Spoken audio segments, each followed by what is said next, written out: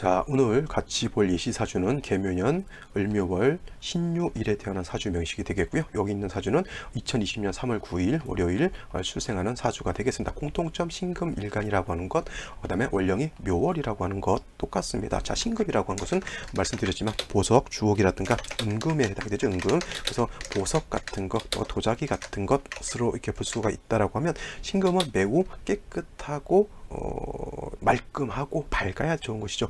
여러분 금장시계, 예물시계 같은 거, 반지 같은 거 아무렇게나 보관하지 않고 맑고 깨끗하게 잘 닦아서 보관하는 거가 똑같습니다. 그런 신금의 특성은 뭐예요? 부드럽고 유연하고 좀 따뜻한 온기도 가지고 있다라고 볼 수가 있습니다. 자, 이러한 신금이라고 하는 것은 항상 임수로서, 상관인 임수로서 도세주옥하는 것을 귀로 여긴다라고 볼 수가 있어요. 그래서 신금이라고 하는 것은 사시사철 맑고 깨끗해야 된다라고 하는 것, 신금의 특징이 되겠고요. 그 다음에 신금일간이 태어난 월령 묘월이라고 하는 그런 계절입니다. 묘월이라고 하는 것은 봄에 해당이 되면서 이때 묘월이라고 하는 것은 그 다음에 목왕절에 해당이 된다. 그래서 신금 입장에서 놓고 봤을 때 이 묘월이라고 하는 것은 재성이 왕하잖아요. 재성은 왕한데 신금이 묘월에 태어났을 때는 신약하다. 왜냐?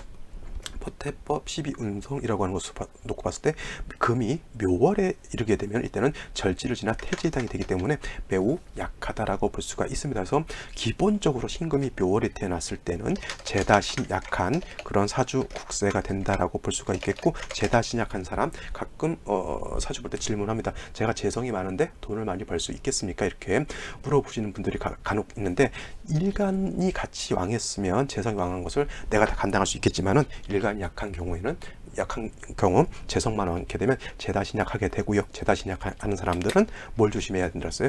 유흥, 오락이라든가 주색, 잡기라든가 이런 거 굉장히 조심해야 되는 것이고, 항상 일간을 도와주는 인성이라고 하는 것과 내지는 비경 겁재가 도움이 나한테 되니까 부모 공부를 많이 해야 되는 그런 사주, 그 다음에 내 동기 동창이라든가 형제 자매라든가 그 다음에 내 부모 형제한테 굉장히 잘 해야 되는 그런 사주, 인색하게 되면 이 재다신약인 사주들은 결코 덕을 보지 못한다라고 볼 수가 있겠습니다. 그래서 신금이 묘월에 태어났을 때는 일간이 약하고 재성이 왕하기 때문에 반드시 비견겁재 내지는 인성을 봐야 되는데, 인성이라고 하는 것은 토에 해당이 되는 거고요. 그 다음에 비견겁재라고 하는 것은 금에 해당이 되는데, 이 신금 같은 경우는 뭐라 그랬습니까? 음금, 보석, 도자기 같은 그런 것에 해당이 되기 때문에 토로서 생조해 주는 것은 신금을 약간 더럽히는, 오염시키는, 오금이라고 하죠. 오금시키는 그런 단점이 있기 때문에 비견겁재인 금을 얻어서 신금을 도와주는 것이 좋다라고 이렇게 정리를 한다라고 말씀을 드렸습니다. 그렇죠? 근데 요 사주를 보게 되면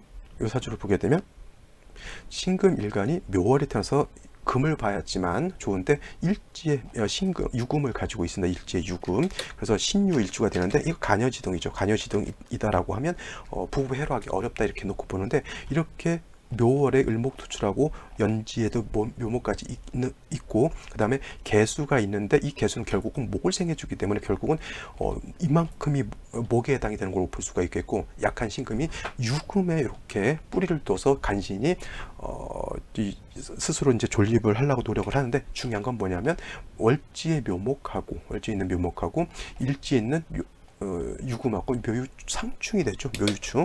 묘유충이 된다라고 하는 겁니다. 그러면 어떻게 될까요? 금이 깨질까요? 목이 깨질까요? 이렇게 보면 물론 이제 기본적으로 금, 극, 목하기 때문에 목이 깨진다라고 볼 수가 있겠지만, 중요한 건 뭐냐면 금이 목을 극하는데 목이 너무 왕하게 되면 목만 깨지는 것이 아니라 금도 같이 깨지게 되기 때문에 이거는 금목에 서로 손해를 본다라고 볼 수가 있는데, 누가 더 큰 손해를 보냐면 목은 원체 왕하기 때문에 조금 상처나도 상관없겠지만, 신금은 이 목을 감당하기 위해서는 이 유금이 절실하게 필요한데, 이 유금이 깨져버리게 되면 온데간데 없이 의지처가 없어지는 거하고 똑같습니다. 그래서 금극목 할 때 목도 상하지만 오히려 내가 뿌리들 유금이 생하는 것이 좀 더 마음 아프다라고 볼 수가 있겠습니다. 이 생시도 이제 지지에서라도 뭐 축토를 본다든가 아니면 신금, 유금 같은 것으로 이제 보게 되면 그래도 일간이 뿌리를 얻을 수가 있는데, 이 사주가 갑오시가 된다라고 하면 어떻게 될까요? 갑오시가 된다라고 하면 묘월에 목이 이렇게 왕한 중에 그 다음에 이렇게 간목이 이렇게 투출되어 있잖아요, 그죠? 간목.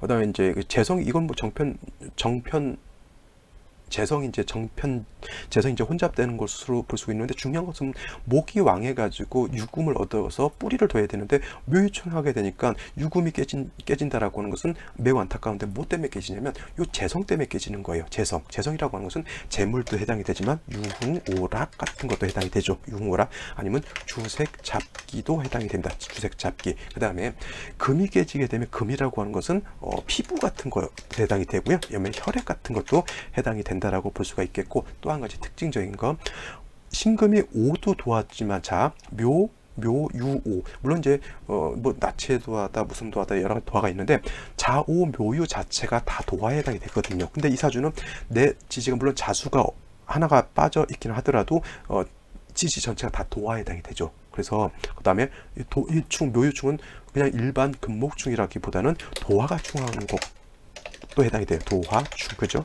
그래서 도화가 충하기 때문에 이런 경우에는 도화가 형하거나 도화가 충할 때는 성병 조심해야 된다라고 그래요. 그래서 이 사주도 성병 때문에 좀 많이 고생을 했던 사주, 그 다음에 금이 깨져 있기 때문에 피부가 매우 안 좋은 그런 것으로 인해서 고생을 좀 많이 했던 사주라고 볼 수가 있겠습니다. 그래서 다른 것, 뭐 인신충, 사해충, 뭐 여러 가지 충이 있는데 그 중에서도 도화충 같은 거 있잖아요. 묘유충도 해당이 되고, 또 유금이 있는데 오화가 이렇게 첩신되어 있으면 유금이 또 충돼서 깨져 있는데 또 옆에 화가 있게 되면 그 금이 또 녹아버리잖아요. 이렇게 되면은 결국 또 금이 안 좋아지기 때문에 역시 피부라든가 폐 같은 것도 안 좋을 수 있다. 이 사주가 담배 피우면 될까요? 안 될까요? 물론 이제 여자 사주이기 때문에 물론 여성들도 담배 피우는 사람 의외로 많이 있죠. 그래서 이렇게 되면은 담배 피우면 절대 안 되겠고요. 그 다음에 아까 말했던 것처럼 도화충 이런 것 굉장히 조심해야 된다. 이렇게 정리해 두시면 되겠습니다. 자, 오늘은 간단히 이 정도 살펴보도록 하죠. 내일 또 찾아뵙겠습니다. 감사합니다.